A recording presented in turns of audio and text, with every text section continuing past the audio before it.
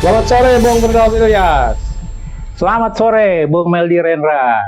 Hari Sabtu Pembahasan ceria. daerah ini memang menarik ya. Tentunya karena eh, ada beberapa sektor itu dipegang daerah, ada yang pusat gitu, Bung Firdaus ya. Walaupun Iya, betul. sektor-sektor itu juga kadang-kadang, misalnya pendidikan misalnya, itu kan ada yang SD, SMP, SMA beda-beda gitu ya levelnya. Ada yang di provinsi, Hmm, ada yang di kabupaten. Nah, hari ini kita bahas masalah kesehatan nih. Kesehatan ini dari klinik bidan ya, puskesmas sampai ke RSUD gitu ya. Kemudian juga kegiatan-kegiatan preventif kesehatan misalnya ya, yang dilakukan oleh pemerintah. Ini harus kita lihat juga sejauh mana anggaran itu melakukan intervensi untuk meningkatkan kualitas kesehatan. Jadi yang salah kaprah di kita, kesehatan itu dilihat sebagai upaya-upaya kuratif, tidak preventif gitu ya. Nah, jadi biaya mungkin anggaran kuratifnya lebih besar daripada anggaran-anggaran preventifnya. Nah, bagaimana kita meneropong hmm. ini, Bung Firdaus? Ya, sejalan dengan amanat Undang-Undang Kesehatan ya, bahwa pemerintah negara itu paling tidak harus mengalokasikan 5% dari anggarannya APBN, APBD Hmm. untuk pelayanan kesehatan. Itu di luar gaji, Bung Meldi. Jadi Ya. 55% bersih minimal itu untuk pelayanan kesehatan. Apakah itu tadi kuratif atau preventif, walaupun sekali lagi untuk konteks Indonesia kita lebih banyak sebagai pemadam kebakaran gitu ya, artinya kuratifnya, sementara preventifnya masih sangat terbatas. Nah, karena tadi diamanatkan oleh undang-undang gitu ya, bahwa minimal 5% anggaran kesehatan itu harus dialokasikan di luar anggaran untuk gaji-gaji dan segala macam, pure untuk pelayanan kesehatan.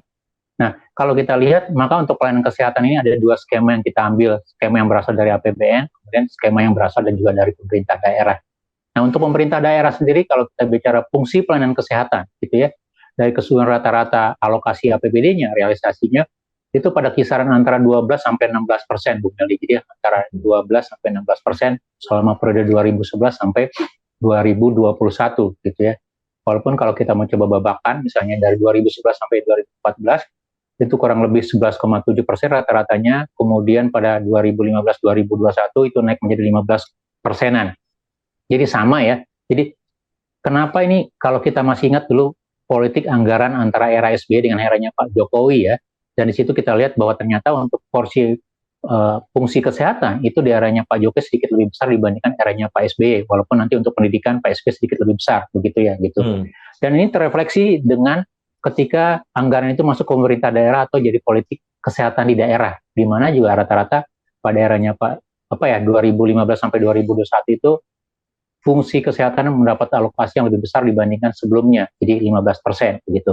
Jadi dari 14 dari kurang lebih 1.000 triliunan gitu ya, 1.000 lebih belanja pemerintah daerah dalam periode yang sama gitu ya, maka 15%-an sekitarnya digunakan untuk untuk pelayanan kesehatan begitu. Jadi dari sisi persentase sih betul, ini sudah memenuhi, kalau kita lihat ya Bung Meli, paling tidak Ya. dari amanat dari undang-undang yang mengatakan minimal 5%. Gitu. Bahkan kalau kita mau coba lihat trennya Bung Meldi ya, pada Hmm. tahun 2011 itu komposisi dari keseluruhan, ini untuk Pemda seluruh Indonesia ya, itu 11% fungsi kesehatannya, kemudian pada 2015 menjadi 12,7%, dan terakhir 2021, bahkan ketika di pasca COVID ya, itu Hmm. sudah naik menjadi hampir 18,8%, jadi hampir 19% fungsi kesehatan di dalam keseluruhan skema-skema belanja fungsi kesehatan gitu. Walaupun sekali lagi 18 atau di atas belasan persen ini juga masih bercampur dengan belanja fungsi kesehatan untuk jenis belanja gaji dan tunjangan dan segala macam. Tapi kalau kita mau coba detailkan lebih lanjut, ya kurang lebih dari untuk fungsi pelayanan kesehatannya sendiri sudah melebihi dari kewajiban minimal, Bu Meldi. Walaupun nanti kita lihat dalam faktanya apakah di lapangan atau di realisasinya itu mengalami penaikan atau tidak begitu.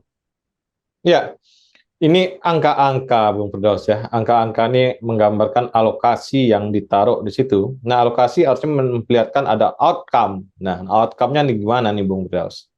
Kalau outcome gitu ya, paling tidak kita lihat dari beberapa aspek ya, aspek sarana prasarana, kemudian juga kualitas layanan ya. Nah, kalau dari sisi sarana prasarana saya merasakan memang dalam beberapa tahun terakhir, paling tidak 10 tahun terakhir ya, kita melihat ada penambahan jumlah sarana prasarana. Yang paling dekat dengan kita rasakan, terutama kita di kota-kota besar atau di Pulau Jawa gitu ya, adanya peningkatan status rumah sakit dari tadinya puskesmas itu menjadi RSUD gitu ya. Bahkan klasifikasinya dari C, B ke A begitu ya. Itu juga merupakan dari salah satu simbol atau salah satu bentuk dari fisik mengalami perbaikan, baik itu dari jumlah kamar, fasilitas layanan, artinya tidak hanya untuk sekedar pelayanan medical check up yang umum, tapi untuk penyakit-penyakit yang lebih kompleks, yang lebih membutuhkan intensi penanganan yang lebih profesional begitu. Begitu juga dengan jumlah sarana, baik itu jumlah pegawainya, Bu Meldi. Jadi kalau kita lihat sekarang mengalami banyak peningkatan ya. Artinya di banyak daerah, terutama yang kita rasakan, terutama di Pulau Jawa, walaupun di daerah lain kita mesti potret lebih jujur lagi, begitu lebih faktual lagi situasinya. Jadi pegawai susternya atau tenaga medisnya, gitu, bahkan juga itu semakin meningkat. Dan bahkan dari sisi kebijakan kan kita juga sudah ada jaminan kesehatan nasional yang diawali oleh eranya Pak SBY, kemudian diperkuat di eranya Pak Jokowi, gitu ya, dengan skema-skema kartu Indonesia Sehat. Bahkan ketika skema ini dibawa dari Pemda DKI, kemudian dimasukkan nasional, kemudian ini menjadi salah satu tren dalam pemerintah daerah, di hampir semua pemerintah daerah. Jadi pemerintah daerah yang memiliki kelapangan APBD, kelonggaran fiskal, itu juga memberikan semacam kartu jaminan kesehatan daerah gitu ya, dan ini banyak sekali di daerah-daerah lain gitu.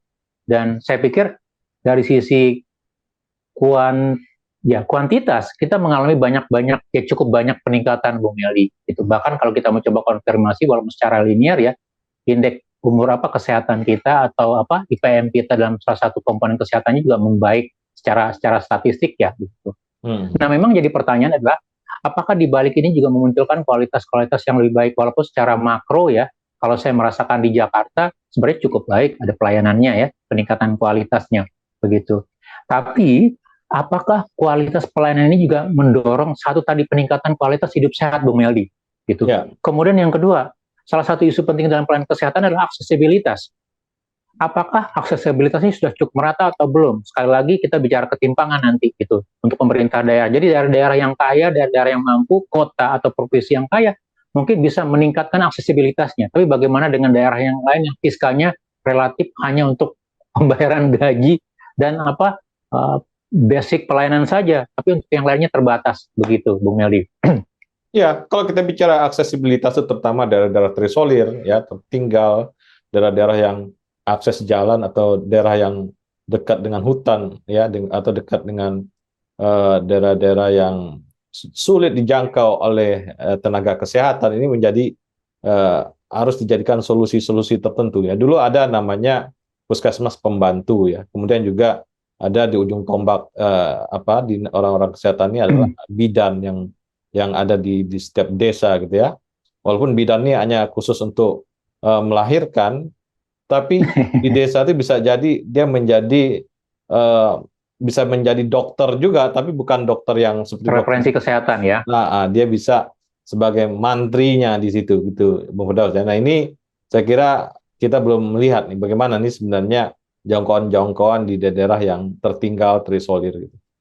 Untuk isu kesehatan memang kita tidak bisa meletakkan serta-merta menjadi tanggung jawab daerah, Bung Meldi ya. Makanya di dalam undang-undang itu kesehatan itu menjadi tanggung jawab pemerintah, negara, pusat dan daerah. Dan salah satu tantangannya, challenging-nya adalah bagaimana memperkuat aksesibilitas. Dan saya pikir disinilah perlunya intervensi pemerintah pusat. Jadi kalau kita lihat dalam skema-skema baik itu Kementerian Kesehatan atau belanja-belanja transfer daerah ya. Jadi kalau dalam skema teknokrasi belanjanya itu sudah disediakan, coba ditambah lewat dana transfer ke daerah. Walaupun sekali lagi nanti tergantung pemerintah daerah.